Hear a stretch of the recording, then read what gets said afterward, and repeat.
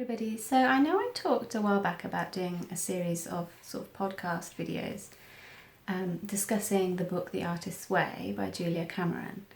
And I'd kind of put it on the back burner because I'd started doing a lot of things for Patreon and I wasn't quite sure what direction my YouTube channel was heading in. But there was a video that I saw recently that sort of made me realise that there's a part of journaling that I haven't been doing recently that I really miss, and that is sort of journaling for therapy, which can be covered by doing the morning pages, or you don't have to do the morning pages, you can still journal for therapy. So I sat down this morning and I just got the microphone out and I had a little chat about how I was feeling about these things and what my thoughts were. And this may become part of a new series on here, I'm not sure. Me generally talking, starting a conversation with people about writing to help yourself. Maybe that's what I should call it, writing to help yourself. But basically, this is the first video in whatever it may be. It may be a series, it may be a one-off, it may be a few videos, I'm not sure yet. But I thought, since what I recorded this morning was just my voice talking, blah, blah, blah, blah, blah, you might want something to look at. And I didn't feel comfortable talking about these things with my face to camera. I'm actually finding this introduction a little bit nerve-wracking. So I thought what I would do is I'm going to do a bit of a drawing, and I'm not a professional artist. Like I make a tiny amount of money from what I do, but don't expect anything massively fantastic is what I'm saying. But basically I'm going to just do a quick drawing, and I'm going to speed that up probably to make it match the length of me wittering on. And I hope you find either what I'm drawing or what I'm talking about of interest. And do leave a comment if you have anything you would like to contribute to the conversation. So nothing really remains for me to say beyond I hope you enjoy it, and I hope you come back for more if I make more. Hi everybody. I just wanted to have a bit of a chatty video today, just to talk about a subject that came up. Well, it comes up from time to time from most people in the journaling community online, and it's about how you journal when you are not feeling good. If you're upset or distressed or angry or sad. Sarah Martinez did a brilliant video the other day, and I think it was titled something like A Little Chat About Journaling. I will link it below. And it reminded me of the issues I have with journaling when I'm not feeling very good. I do use journaling and writing as a way of processing difficult feelings. And that's partly because it's actually a very good way to process things emotionally, and I'll get more into that a bit later on. But it's also because I don't have that many people physically around me that I can actually talk to about how I feel on a day-to-day basis.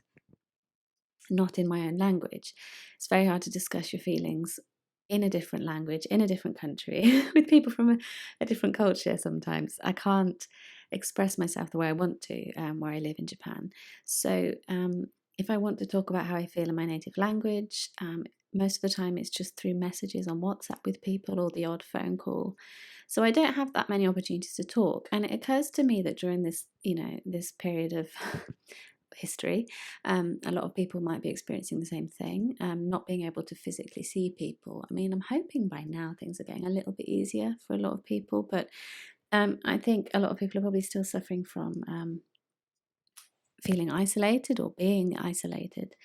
And you will, of course, be going through some not very pleasant emotions from time to time, as we all do, because we're all human and we all have our struggles, let's just say.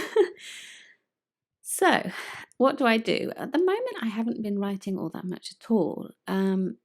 Last year and the year before, I started sort of dabbling with morning pages. So, morning pages are something created by Julia Cameron in her book. So, in her book, The Artist's Way, Julia Cameron, she talks about one of the main tools that she suggests people use, and that's writing, I think it's 2 sides of US letter paper every morning, first thing, as soon as you wake up.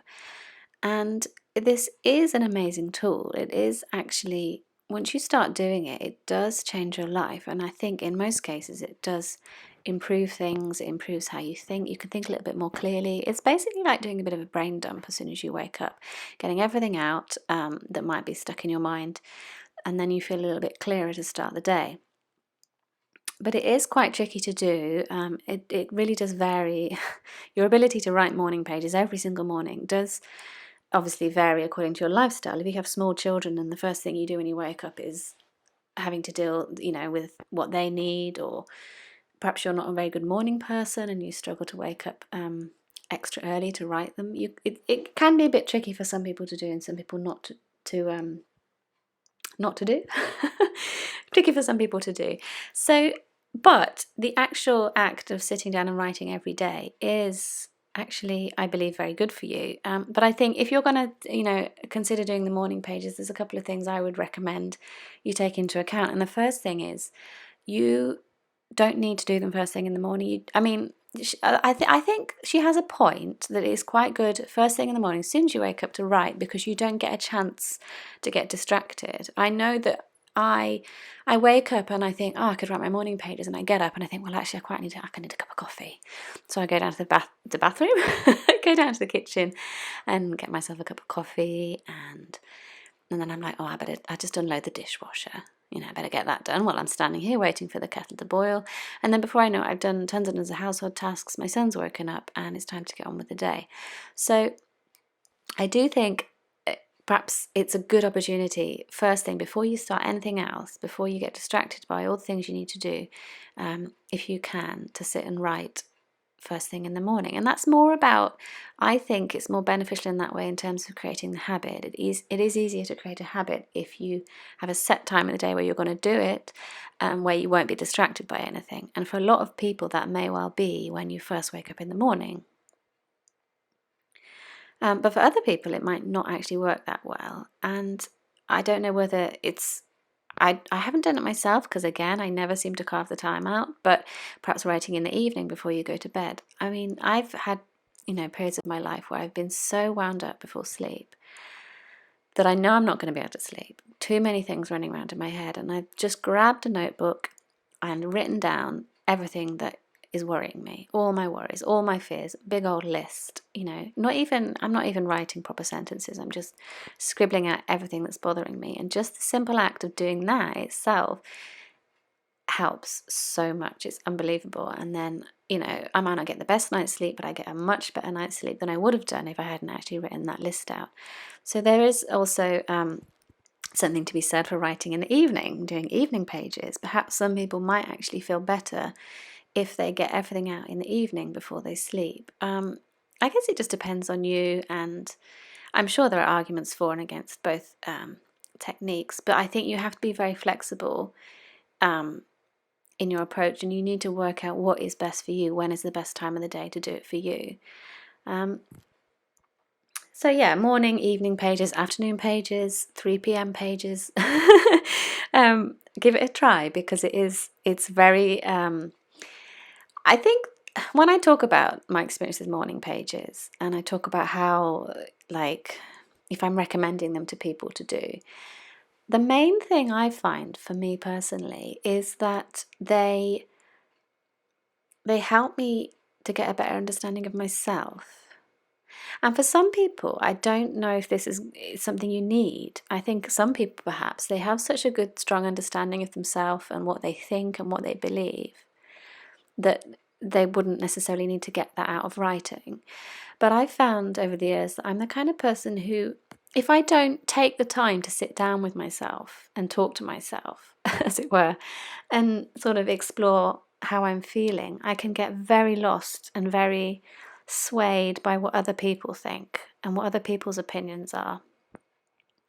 It's a slightly different situation, but I always, I always think about the fact that I don't like going clothes shopping with other people.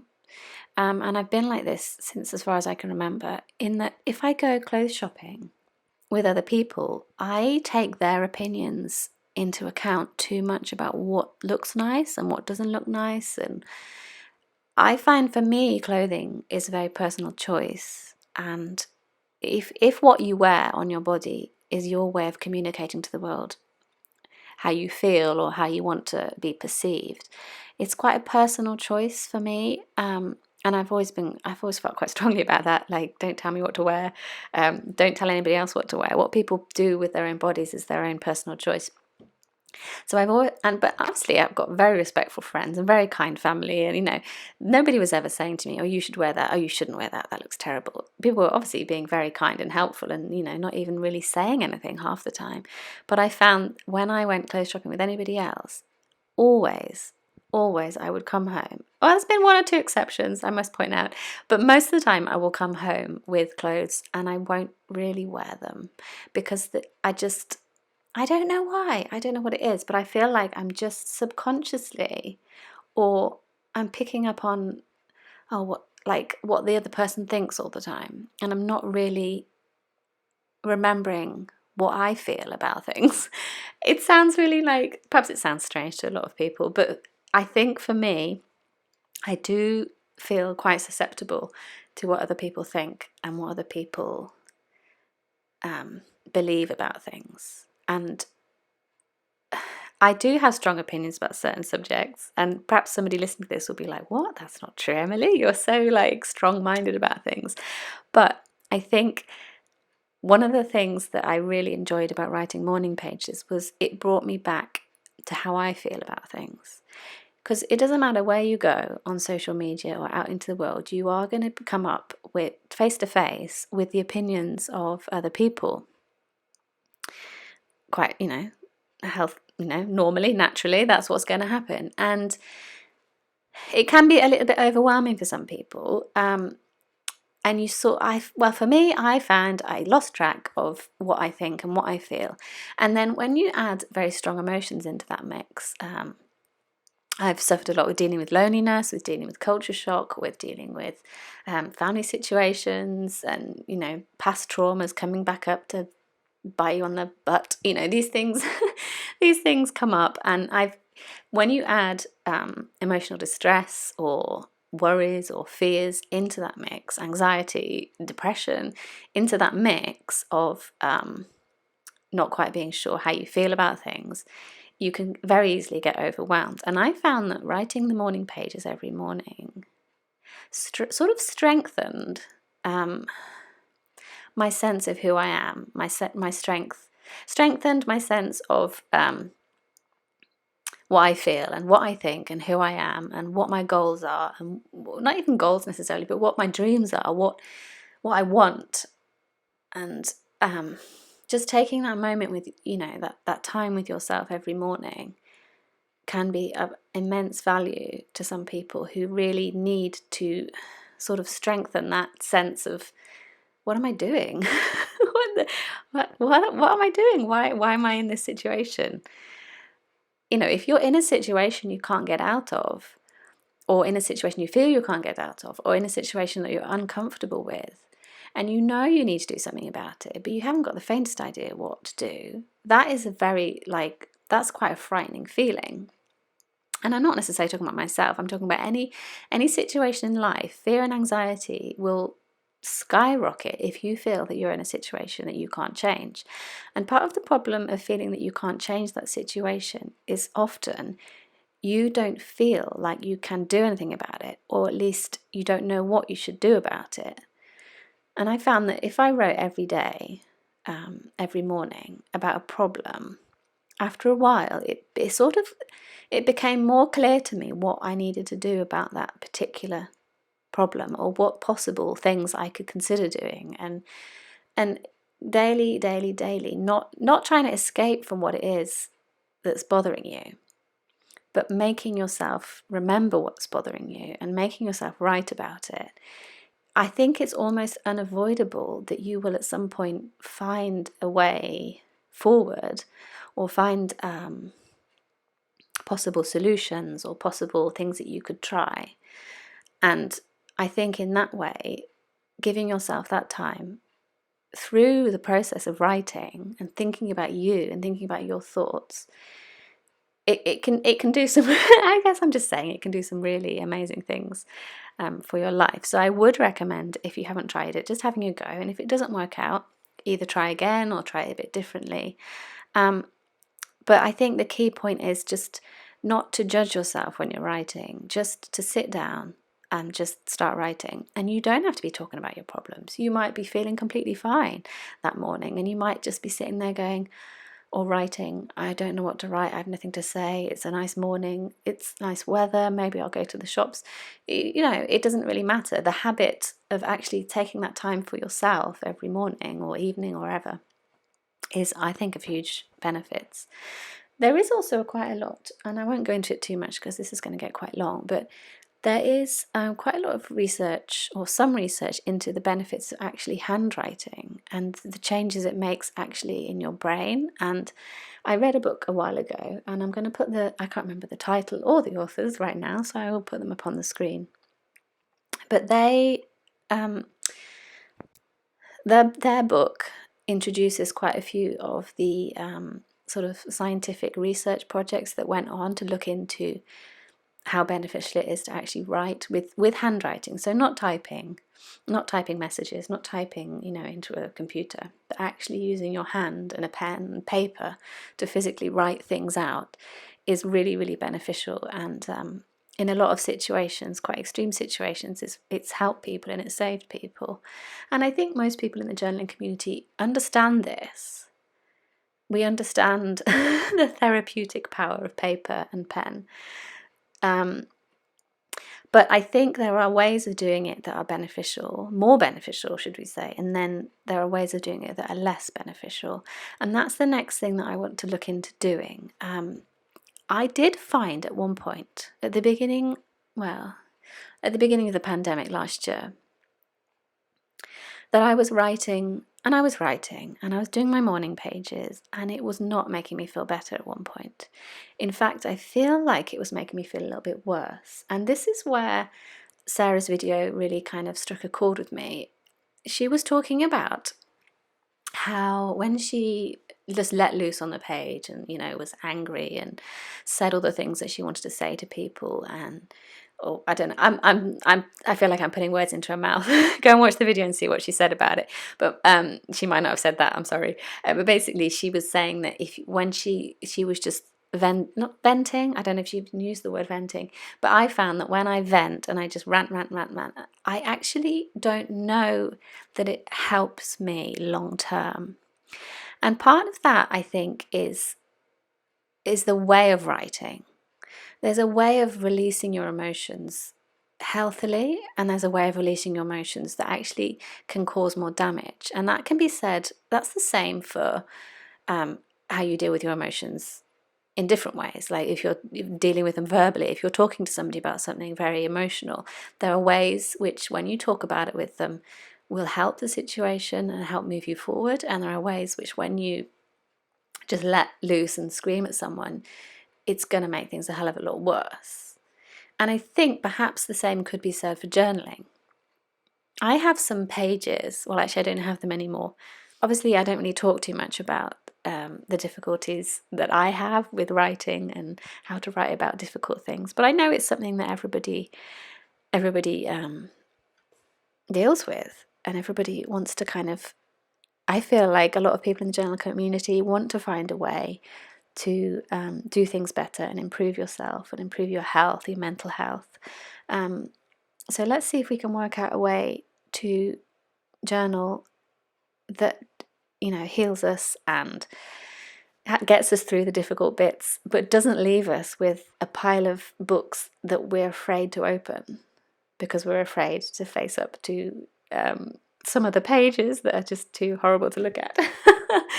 So yeah, I'm probably gonna do another video soon after I've read a few chapters of the book, and let you know what I found. If anybody else wants to find this book and read it too, do let me know, and let me know in the comments how you feel about this. You may completely disagree with everything I say, and you may be perfectly happy writing out your difficult things, all mixed up with your journaling. And that's completely fine, because we have to remember at the end of the day, we can only do what's best for us. And that might take a bit of working out, but it can be done. So yes, so let me know how you deal with this particular part of life in the comments. And if you have any questions or anything you want to share, let us know, and I will see you again soon. Thank you so much for listening and watching, and hopefully I'll be back soon. Bye.